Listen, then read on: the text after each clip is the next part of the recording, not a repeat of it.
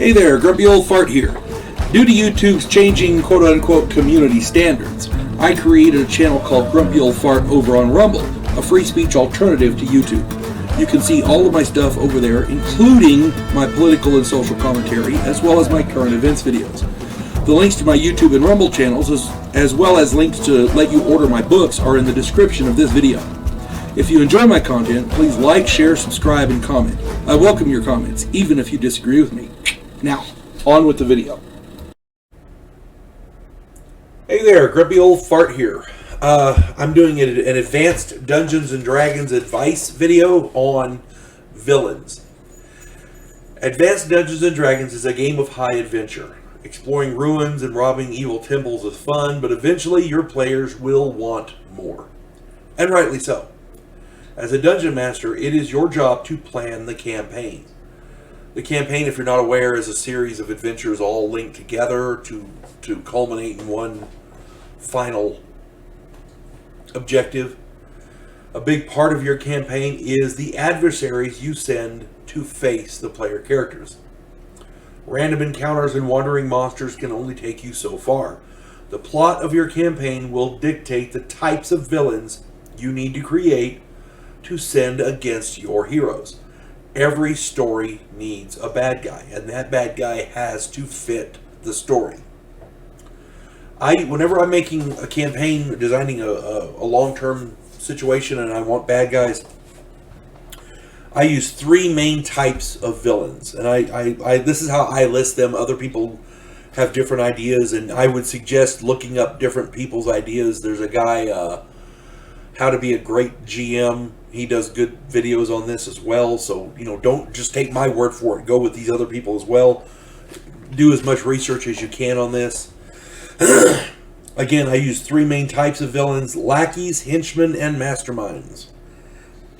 Lackeys are the nameless peon foot soldiers which swell the ranks of your villain's forces. In the James Bond, these are all the James Bond movies. These are all the thugs that run around, the workers at the evil guy's lair or whatever. These are the foot soldiers, essentially. Henchmen are the servitors and bodyguards, the lieutenants, as it were, that the mastermind employs as elite forces to perform specific functions. These are much more capable. Excuse me. Drinking coffee there. These are much more capable. They command a lot of the lackeys there. This would be like, in James Bond, it would be like Oddjob or Jaws, those guys, the assassins, the guys who perform specific functions. Masterminds are the world-class villains that employ the henchmen and the lackeys. They may lead a secret society, or they may just be exceedingly wealthy, or just have resources. These are the Bond villains who employ Oddjob and Jaws, the henchmen. I like using these three types because it tailors the encounters to your players as they rise in level. At low levels, your player characters can slaughter hordes of lackeys with minimal danger to the characters. At first level, there's a lot of danger. But as they go up in level, these lackeys really aren't going to provide a lot of challenge, and rightly so. This allows them to earn experience and become more powerful so as to draw out the campaign until they can face a henchman. During the course of all this, you can drop hints of something larger, but nothing specific, and don't let them get a hold of anything that they can actually investigate. That's the main thing. At least nothing major. When your players reach sixth level or so, throw a henchman at them as well as the company of lackeys. This tells the players that they have garnered the attention of the lackey's boss, and he considers them a threat to some degree. This impresses on them that something larger is afoot and wants to get them to investigate. When your players reach 10th to 12th level, that's when you let slip, through the course of the game, of course, that there's a mastermind controlling the actions of the henchmen and the lackeys. They then must discover the ultimate goal and motive of that mastermind. Now, what I just gave you was an example of how you could do it. And there's tons of different ways to do it. All this being said, the creation of these villains requires thought and planning. Lackeys are disposable bad guys. They need to be plentiful and, 0 to 1 hit die, that kind of thing. Essentially, they're stormtroopers. From Star Wars, they're stormtroopers. Henchmen are powerful foes, slightly more powerful than half of your party of PCs. If you have 6 level player characters, your henchmen should be about 12th to 14th level. The player character should be able to kill them, but not easily. He should be able to escape fairly easily and be as terrifying as possible. These guys are the sledgehammers the mastermind employs to strike fear into the player characters. Think Darth Vader. That's what the henchmen are like, Darth Vader. Masterminds are the planners and spy masters who are striving to implement their master plan. Think Palpatine from Star Wars. Now, motivation is one of the most important aspects of any villain. Lackeys are easy. They're either paid or cowed to serve the mastermind. The mastermind could conscript peasants, hire mercenaries, or acquire the services of orcs or goblins. Regardless, these guys follow orders and rarely deviate except to retreat when the odds are against them. Any grand motivations that they may have are put on the back burner because they're in service as lackeys. Henchmen are employed by the mastermind for a reason. They could be paid, they could owe a debt, they could have religious, social, or familial connection, or whatever. Regardless of the reason, this guy is a true believer. He believes in the cause, whatever that cause is. Now, he may or may not be loyal to the mastermind. He may be plotting to overthrow the mastermind, but is biding his time, waiting for the right moment to sink the knife. They may or may not feel justified in their actions, so that they may not see themselves as villains. He may be acting for the greater good, as it were, but he is loyal to the cause. Now, the cause for him may be money. Good mercenaries, you get what you pay for, kind of thing. You never know. But the variety of henchmen, there's tons of different types of henchmen. You just got to figure out which one works best for your game. Masterminds, again, are the Blofelds, the Dr. Evils, the Palpatines, the Machiavellis. These are the guys who enact the master plan and employ everyone under them. They either have to have powerful magic or items that allow them to do massive damage. They have to fit the bill. Palpatine was not a wimp. They have to be able to, summon demons or other creatures or for whatever reason, however you design this guy, he has to be able to fight the group. Okay? And there's lots of ways that you could do that. For example, I ran a campaign one time where they were fighting an evil temple. The evil cleric ran the temple. He was a high-level cleric. I forget what god it was. But he had 6 or 8 paladins working for him as henchmen. These guys were evil paladins. There was a plethora of fighters and other worshippers that wanted to. They were loyal members of this temple, this church, but it was an evil temple, and the group was trying to overthrow this temple. So you had your lackeys with the fighters and the peasants, the worshippers. You had the evil paladins who were the henchmen. These paladins could command groups of the lackeys. And these paladins, they were real true believers. They weren't being paid. They believed in their god. Okay? And then you had the high cleric. And they had other clerics as well that used as servants. But the high cleric was the one running the show. And he didn't have a hell of a lot of clerics with him. He had a lot of evil paladins, but not a lot of clerics. But the point being, that was how I organized it. And it worked well. That campaign ran for about 4 years. So, there are some things to consider when you're designing villains. tailor your villains to your players. You know your players. Some players are more cerebral than others. Pitting, and this is a bad example, but it's the only one I could think of. Pitting a Machiavelli against a group of Dumb and Dumbers is not going to go well.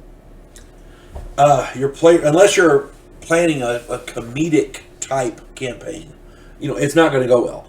Your players have to be equal to the task of investigating the mastermind's actions to discover and thwart his plans.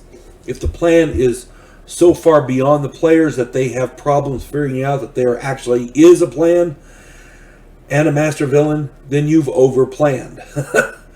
I've done this before, and it requires drastic measures to put the players on track. It's better not to overmatch them at all. You want to challenge them without overmatching them. There is a fine line there. I was running a campaign. As a matter of fact, I ran a campaign for 14 years. They had completed one major part of the campaign, and there was a side thing that they were doing, and this major villain, the mastermind, was using the group to find specific items. These specific items, because he was lying to them, obviously, but they didn't know that. This group was finding these special items for him. He was along with the group, and they trusted him. He kept going off by himself, and they'd go to find him, and he's just fought this major battle, and they'd have to come in and help, and blah, blah, blah, blah. And it went on like this for several game sessions. The group got pissed because this guy wasn't... They felt like he was leading him by the nose, but they felt like they were supposed to follow him. And I kept trying to... You can't come out and say, no, he's the bad guy, you give it... But they weren't getting the hint. And I was dropping lots of hints. Oh my God, lots of hints. So finally, they were angry and decided they wanted to do something else. And I said, okay, fine. We'll do something else, no problem. But there I overplanned, and I overestimated the players. And that was my fault, not theirs. So there is a fine line there. The motivations of your henchmen and masterminds fall into one of 4 categories: power, revenge, wealth, and status. And I watched a video a few months ago. I want to say it was How to Be a Better GM. He does a lot of great stuff. Check him out. And he lists these 4 and 2 others I noted. So keep that in mind. Henchmen, for whatever reason, believe that serving the mastermind will help them achieve their motive or their goal or whatever. Masterminds are the driven non-player characters who envision and hatch plans to gain power, wealth, or status, or to exact revenge. They employ henchmen and lackeys as part of that plan. The plan is the key, because the plan dictates what kind of henchmen you're going to have. Unless your players are extremely mature, I highly recommend that none of your player characters be allowed to identify with or sympathize with the villain. If the heroes join the villains, it will be very detrimental to your campaign. Just saying. Try to keep it as straightforward as possible. Confusion is something you really want to avoid, and that was one of the things that got me in that campaign I just talked about. Players cannot wait to argue with you, and one good argument, valid or not, can end your game. Some of my epic fails over the years. My lackeys attacked my 6 third-level players. What should have been a straightforward battle. The lackeys were distracting the group so that one of them could steal an item from the PC camp. 9 fumbles over 2 combat rounds left the entire group dead. It was a total party kill, and it ended the campaign. Another time, my henchman had the group pretty well defeated until the wizard hit him with a charm spell. one failed savings throw, and he was spilling his guts to every question they asked. He revealed the entire plan. It was... Now, when stuff like that happens, if you can somehow work out a way where he either dies or gets away or whatever, or the charm spell doesn't exactly work right, whatever you do, plan for a charm spell. That's all I'm saying. Because I couldn't think of a way, given the circumstances, I couldn't think of a way out of this for this guy. And he just told him everything. After that, I had to fast track the players on a number of side adventures to get them high enough in level where they could do what they needed to do the campaign. It just didn't end the campaign, but it required some quick thinking on my part. Another time, my mastermind spent over a year in game time embedding himself into the player character group as an NPC asset.